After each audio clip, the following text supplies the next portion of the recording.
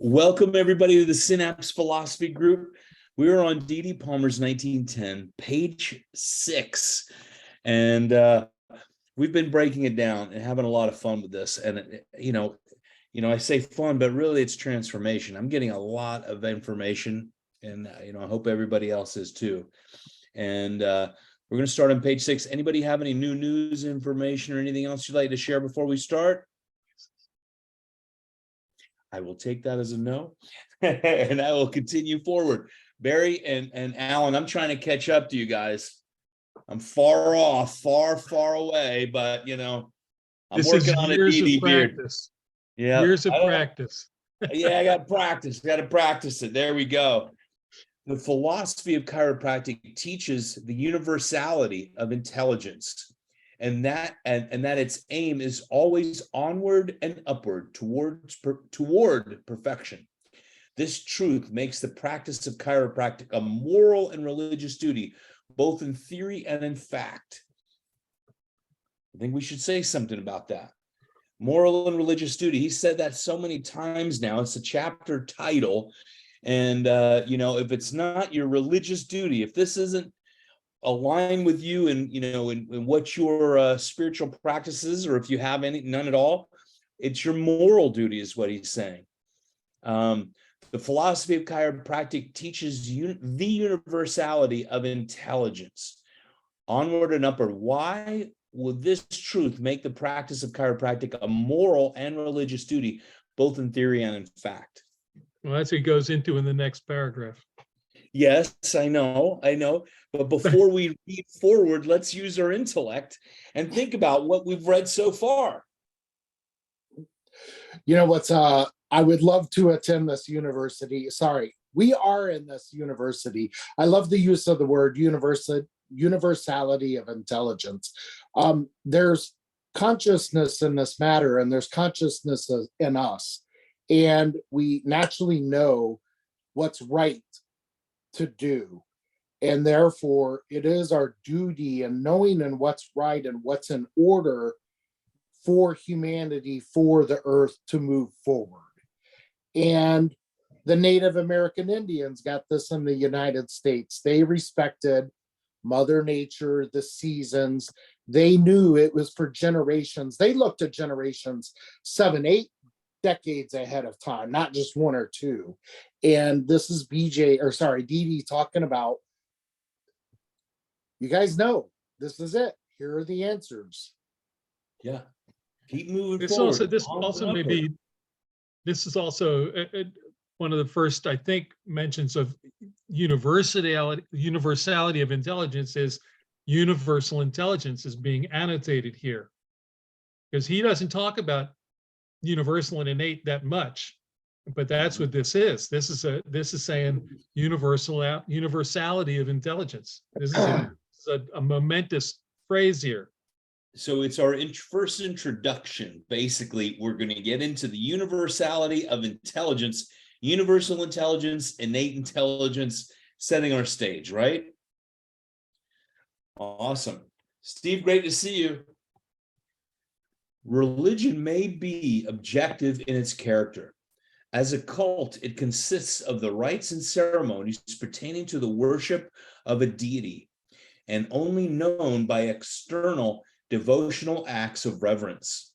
Subjective religion includes the moral and religious duty, the inner intellectual feeling, the science which treats of the existence, character, and attributes of God and his laws regarding our duty towards him. The former is that of theology. It includes the particular modes of divine worship which belong to and make the special distinction of tribes, nations, and communities. The latter is ethical religion and deals only with positives, existing phenomena, properties which are knowable, together with their invariable relations of coexistence and succession. A belief in magic, the assistance of secret forces in nature, constitutes the essential of objective religion. The supernormal, the mysterious potency hidden from the understanding, the supernatural, the occult secret potency hidden from the occult secret power, is the original, the basic element, the morbid outgrowth of subjective religion. Chiropractors deal only with the moral obligations and subjective ethical religion. There's a lot going on there. And just even the word ethics, I think we should spend more time in chiropractic school itself in studying ethics. Truly do. Okay, that was my 2 cents on that. What do you guys get out of that? Alan, you said it's up in this next paragraph. What did you extrapolate? I just was saying that he talks about religion in this paragraph. That's our only place I was going there. But chiropractors only deal with moral obligations and subjective ethical religion. Ethical religion deals with positives, existing phenomenon, properties which are knowable, together with their invariable relations of coexistence and succession. Yeah. You know what? I think he's really kind of giving us a discernment between cult and religion too. That's why he mentioned that, like, cults in the beginning. No, as a cult, it consists of the rites and ceremonies pertaining to the worship of the deity. I don't know how cults were back in those days, whatever. I don't know that level of history about it, which I think is actually, I'm kind of curious now, because it's almost like a powerful word, or it means, is it negative or positive? I'm not really sure anymore. It seems like to me that he's also separating that this power that subjectively people acknowledge on the weekends, also the world understands it. However, chiropractors are owning it, recognizing it. That power is inside during the week, whether you think about it or not. It's flowing, it's occurring. It seems like he's separating this, that there is this unknown power, and he's talking to us, humanity, cults, people, tribes have worshipped it, where we reverence it because we're looking at it within the body, science at work.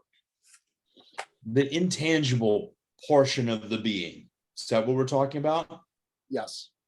Marvelous. He's separating a religious, he's separating chiropractic from religious belief.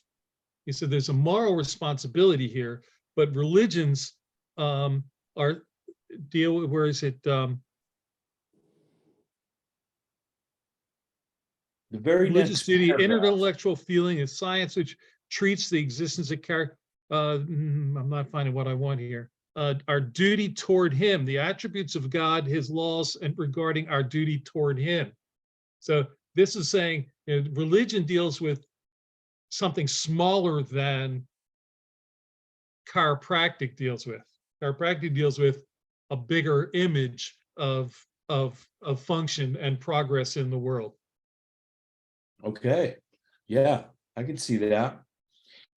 I'm going to read the next sentence because this is the one he's nailing it home, right?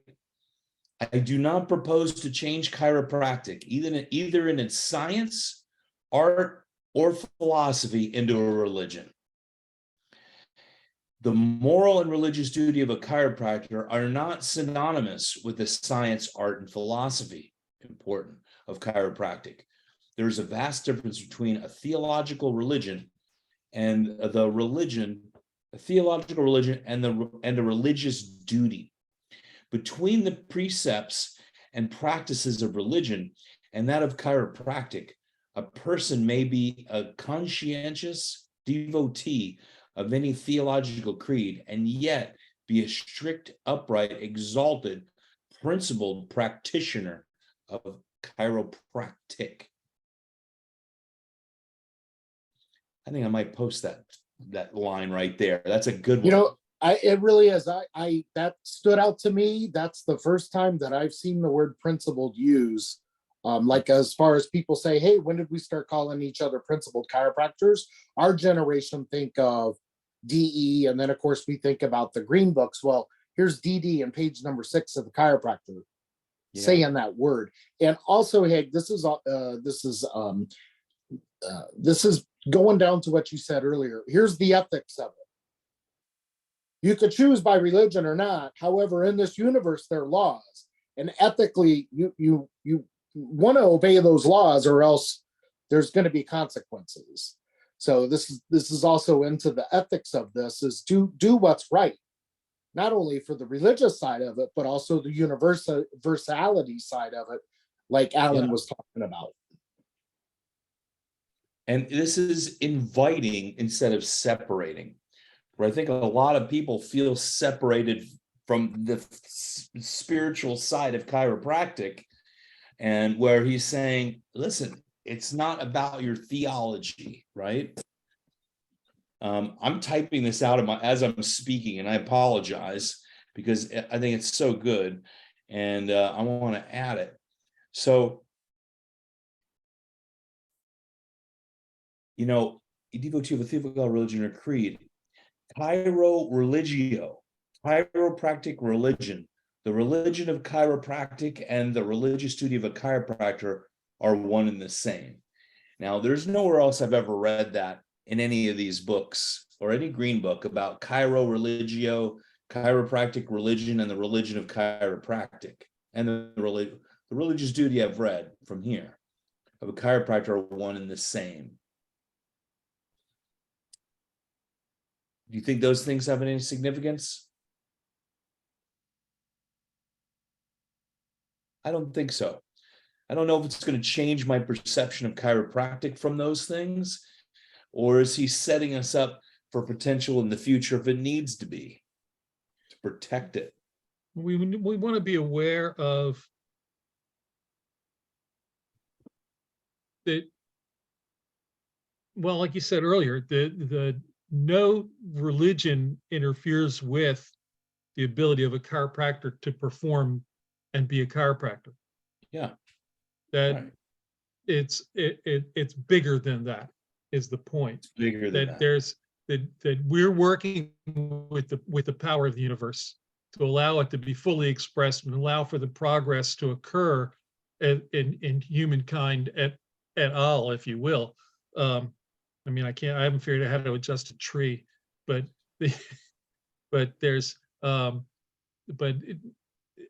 people do certainly adjust animals. I have friends that my friend Bruce Indek has a major animal practice up in New England, but and travels to animal shows all over the country actually.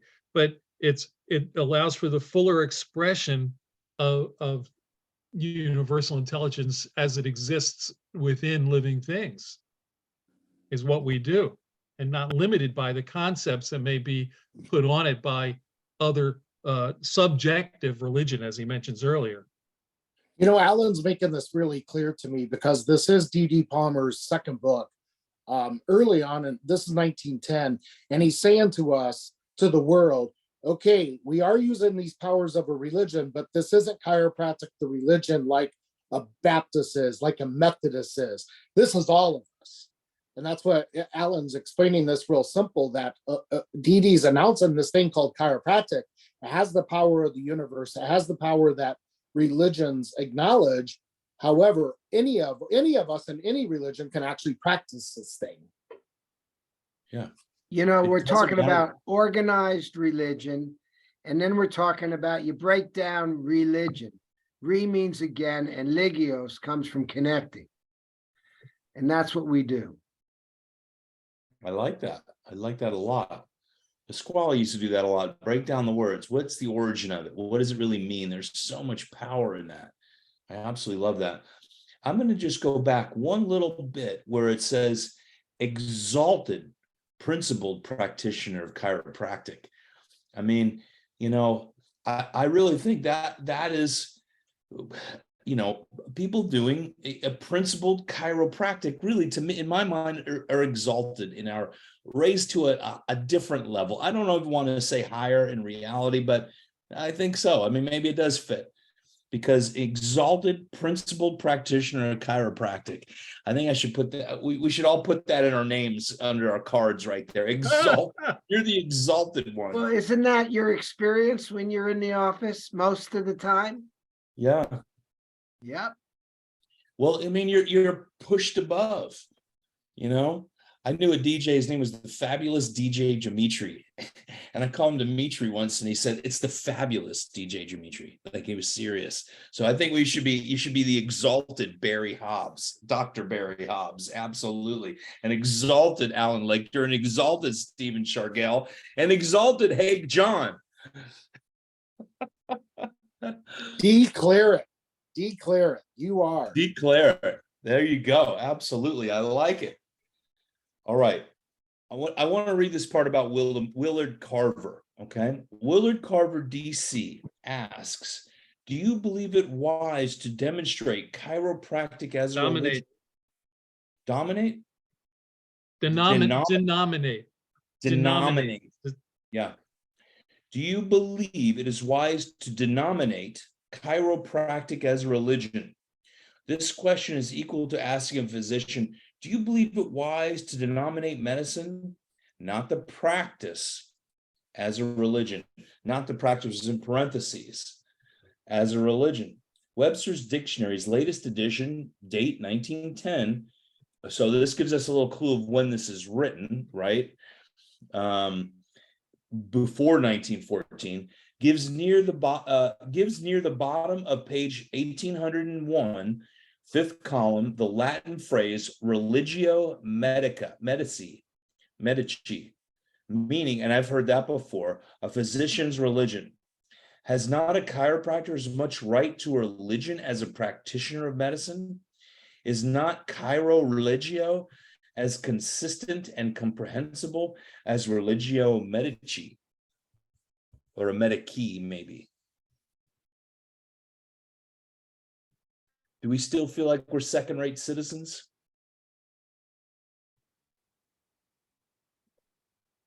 The world out there, you know, I don't have people often say things like, real doctors anymore. Like, I went to the real doctor.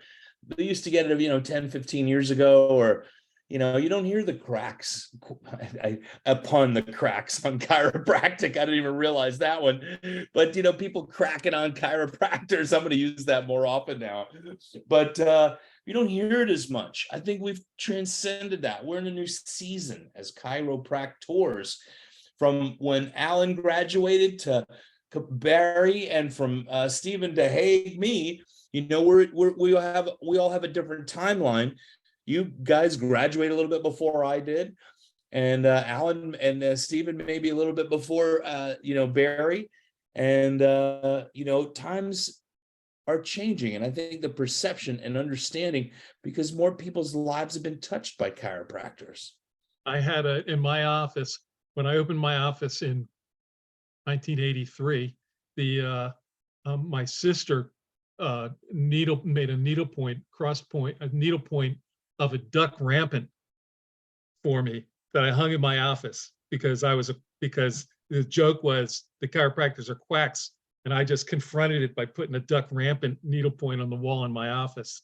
That's great. Sisters. That's awesome. Very cool. Well, we've got it good, and that's the thing. We've kind of just gotten fat and happy and a little lazy as chiropractors, I have to say.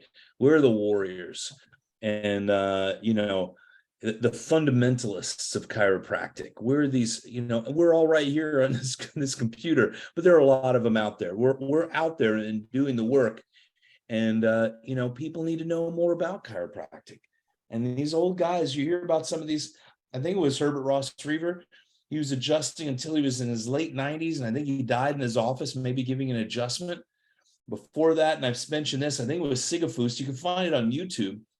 And he asked Reaver, why are you still adjusting people? You're in your 90s. You don't have to be here. He said, every day I have a chance to teach somebody about innate.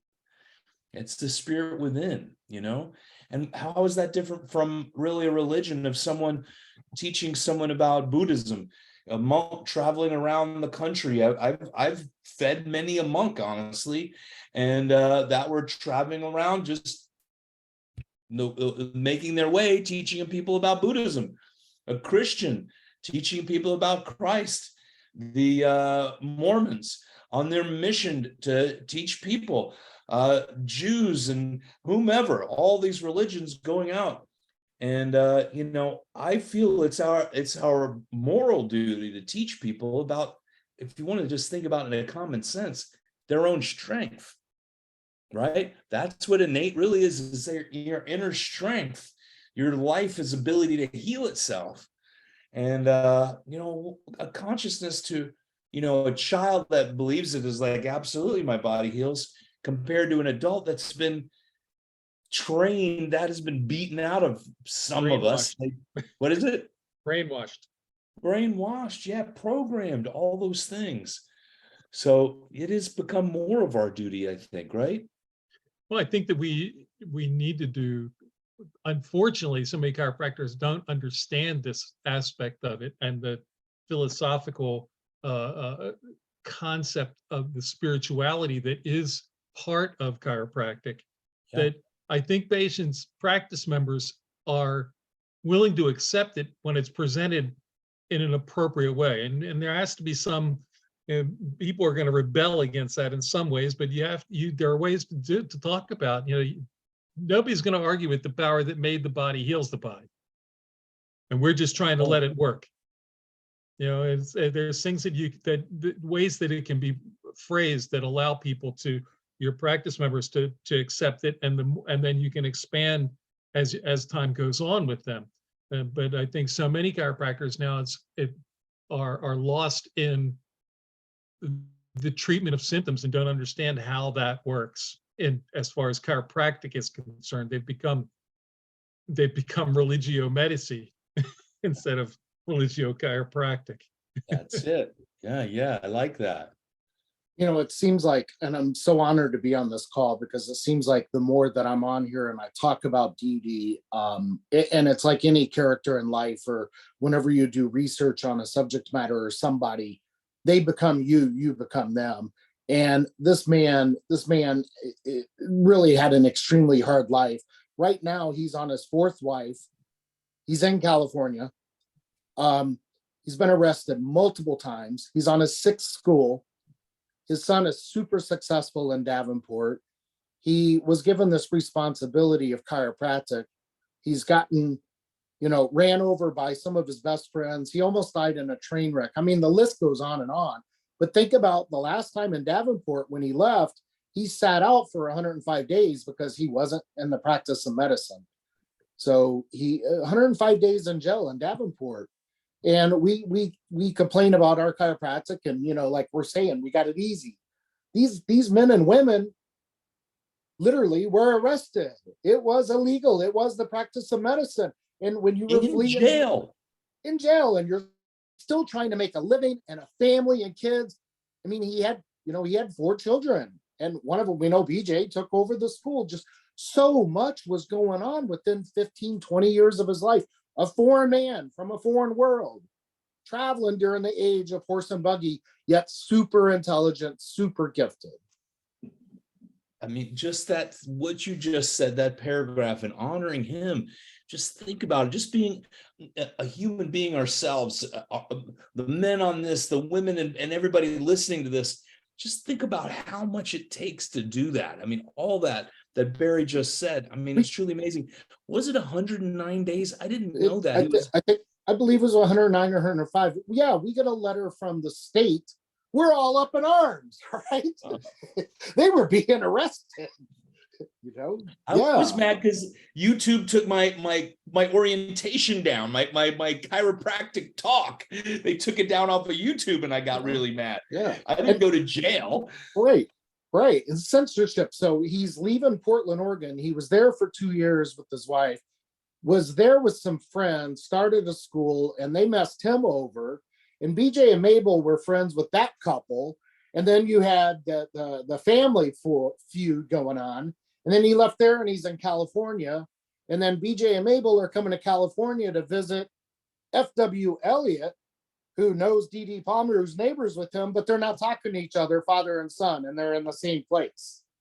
You know, just this turmoil and personality and the corporation and the business and establishing chiropractic philosophically, scientifically, and artistically. What a challenge this person had. What a challenge. Carl Cleveland, C3, talks about, and I may not have this story entirely correct, but I as I remember it, he told a story about that they were his parents, his dad, Carl, also was, he's the third generation chiropractor, C1, C2, C3, they call him, right?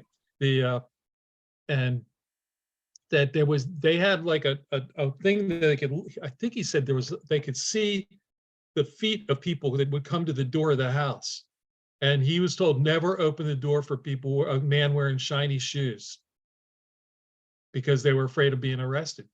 They said, that's going to be the police. They're going to be knocking on the door to arrest dad. Don't open the door.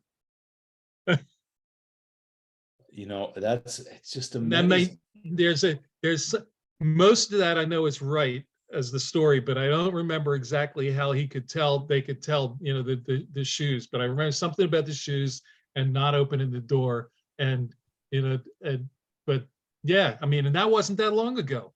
That was not that was within my lifetime. Yeah. And Dee had the Phaeton and the Surrey, so maybe he used those to get away, and that could be a reason. That's it. Oh my gosh, the Satan. You know, and what were the horses? Oh, I can't remember. Nip and Tuck, and the Phaeton and the Surrey. Yeah. That's it.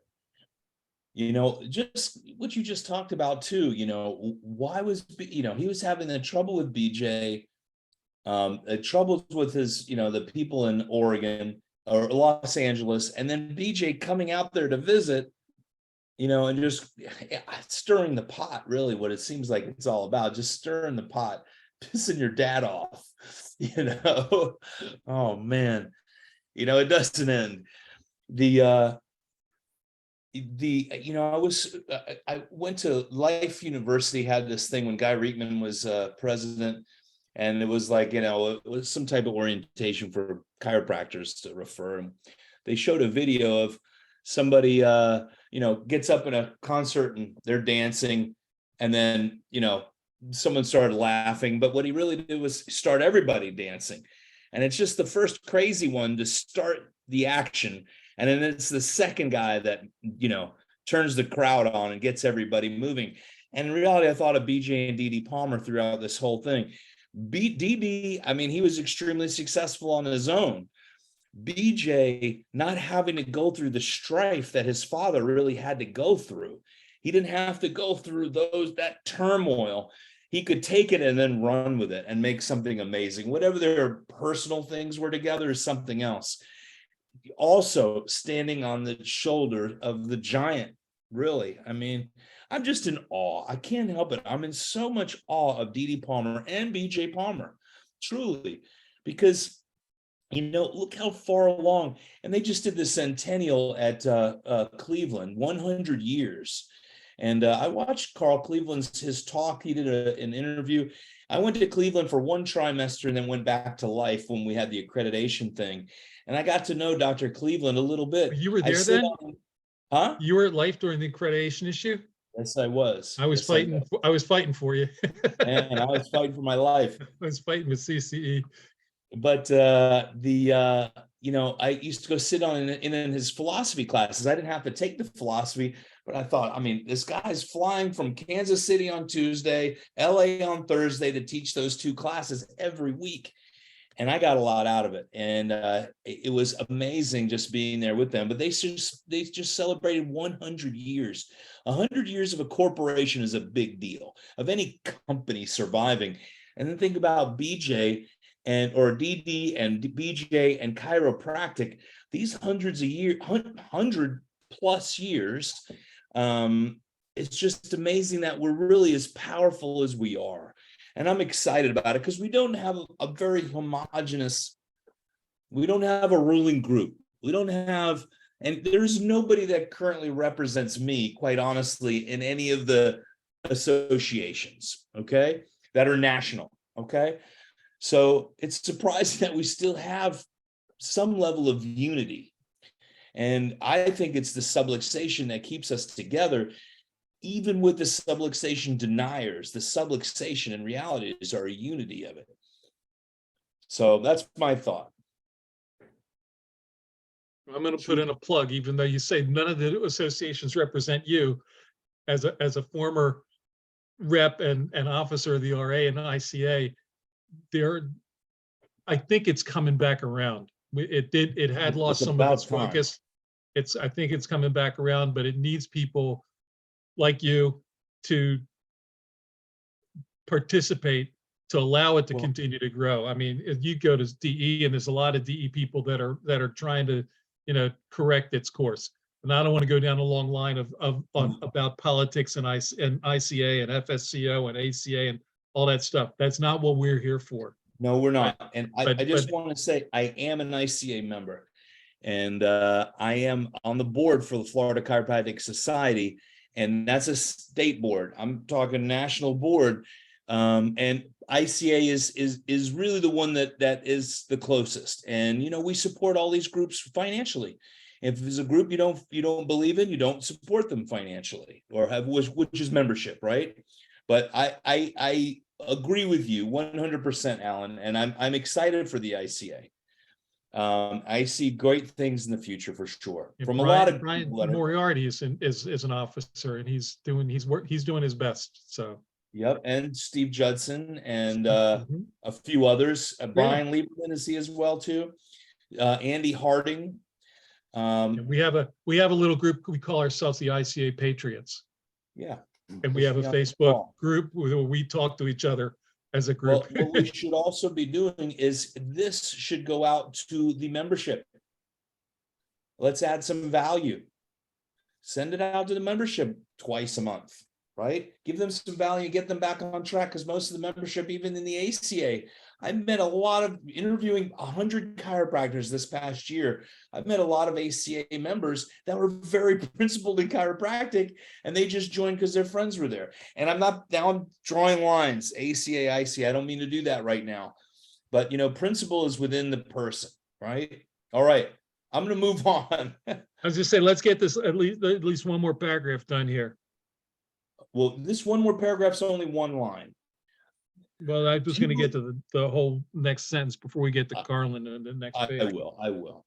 But that's good. Do you believe it wise to denominate chiropractic as religion? To denominate is to name, to designate, specify, or characterize. Wherein have I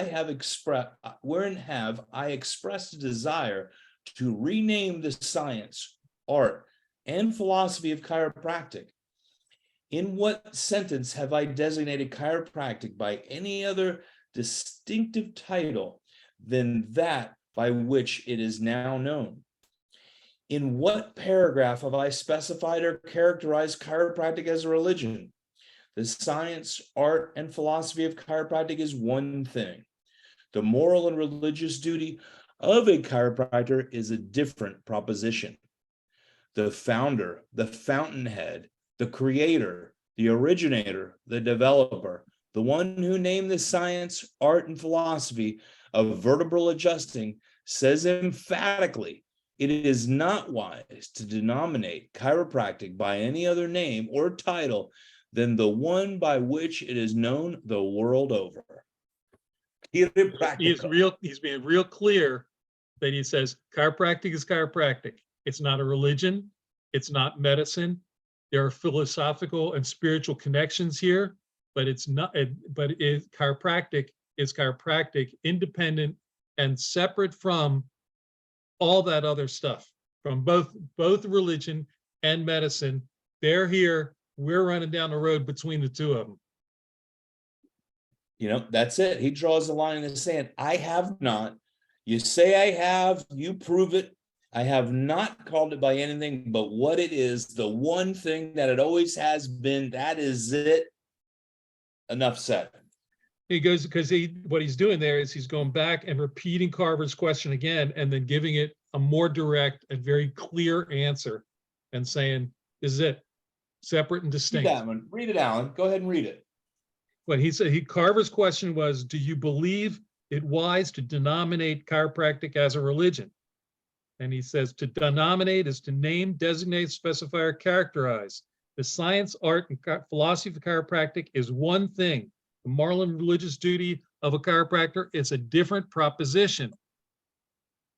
We have a moral duty because we answer to a higher power that is in all things. Yeah. But what we're doing in chiropractic is not medicine, and it's not a religion. We don't do it to connect with God.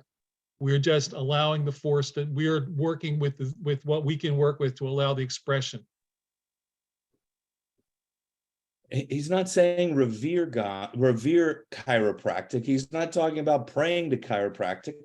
You know, we're adjusting, we're honoring that amazing spiritual intelligence within each being.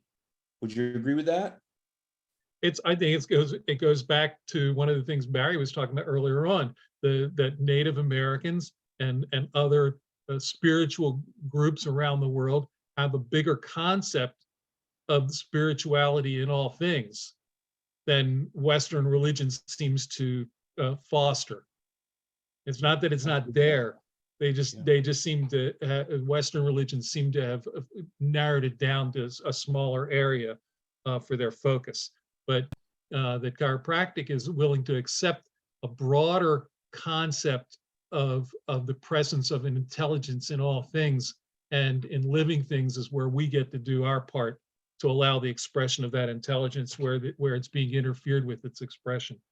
Yeah. Would you guys say that chiropractic is the application of the universal intelligence or the application of religion? I would. Not the organized religion. No, the religios, the reconnection. It's the application of the restoring the link between the non-physical intelligence and the body. What do you guys think? If you're breaking it down to the, what is it called? Entomology, right? The study of where the words are. Yeah, we're reconnectors, right? Spiritual to matter, spiritual to physical. That's where we stay, right there in between the spiritual and the material. Not in between, but we are the link. Yeah. And yes, and Dee Dee here is really isolating and saying we're not, we're separate of that. I'm going to add to this. Notice that he puts in Fountainhead, and I believe Haig and I had talked about this past week. There's a difference between the Fountainhead, which some people think is Palmer College or Davenport, and there's also the Fountainhead. Alan, I see you thinking there. So he says the founder, the fountain space head, as in him personally, not a place or a school. So add this to the fun of our history and the Palmer and chiropractic saga, because we are exalted chiropractors, right? Absolutely. Absolutely exalted one. All right, the Grand Poobah. And that is awesome. Alan, you got something? I'm still perking around the things that Stephen said, and I see what your point is, Steve. The power is the intelligence is present. Whether we're reconnecting it or not, it's there and flowing. We look for areas where there may be disruptions of the natural flow. Well, we don't make the creek run when there's a bunch of water, when there's a bunch of stones across it that are blocking it. But if we move one of the stones, the creek is running. Yeah. Well, what I'm saying is that we are physically applying something for the reason of, the spirituality has an application. And that's what we are. We are applying some, I don't know how to, words are hard, but religion, you go to church, you pray. We don't pray. We move, we introduce a concussion of force. It's an application in order for innate to be expressed. I think that's where, if that is what your calling is as your religious duty, to connect man to God through the adjustment, and I see that as a valid point, even where he's saying, if this is not, make it your moral duty. So I see what you're trying to say. The moral duty is to allow the natural flow to occur. Well, it's also a definition of what is living right now. It is the merging of the non-physical with the physical. And that's what we stand for. Okay. I like that. Christian, glad you joined us. I have more. My translator, we have added a lot more videos with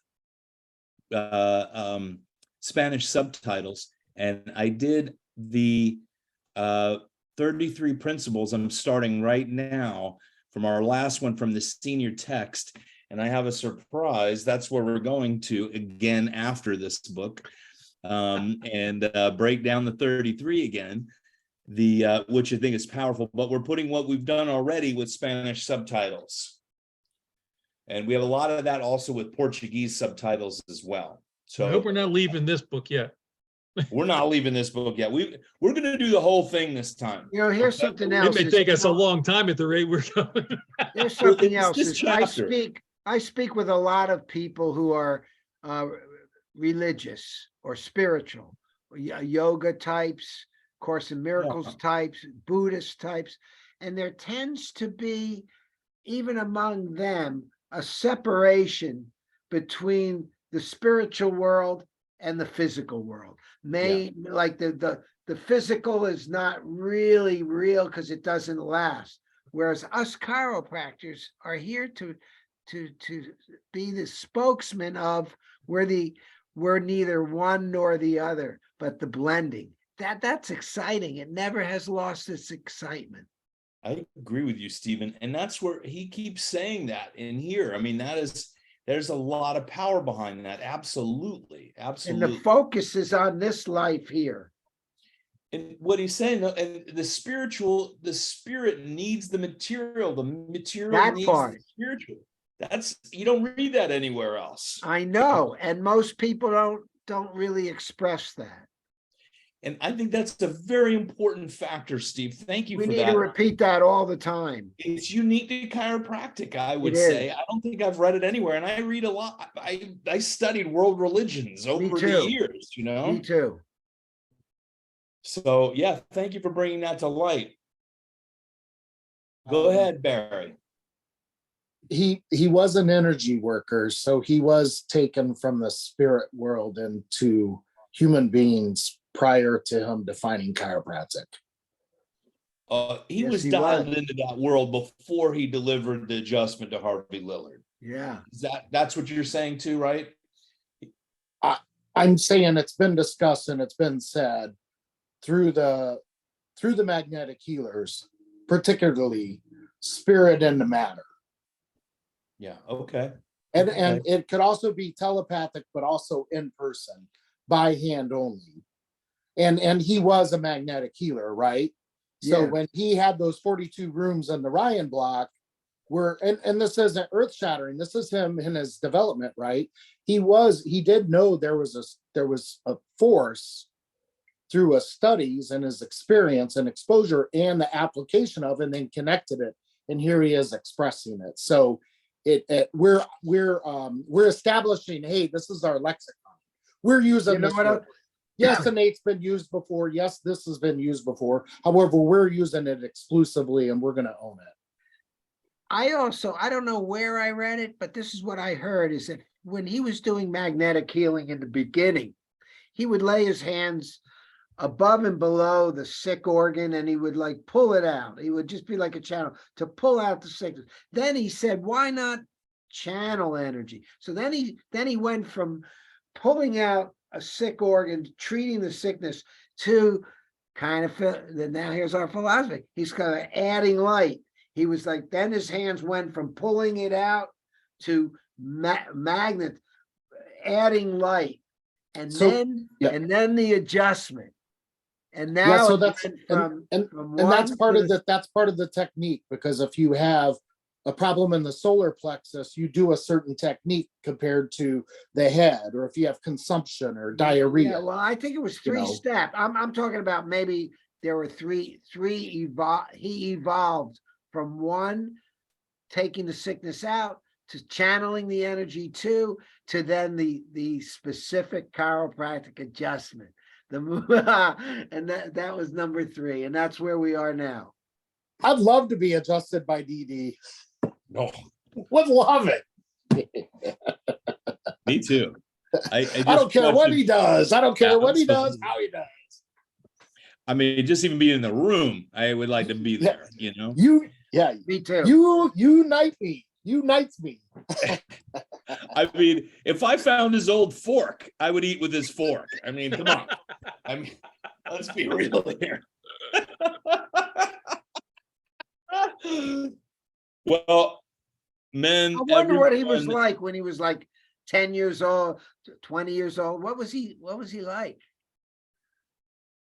You know, What was it like? He was a farm boy in Canada, and his mother died young. He had a rough life. Look up his history.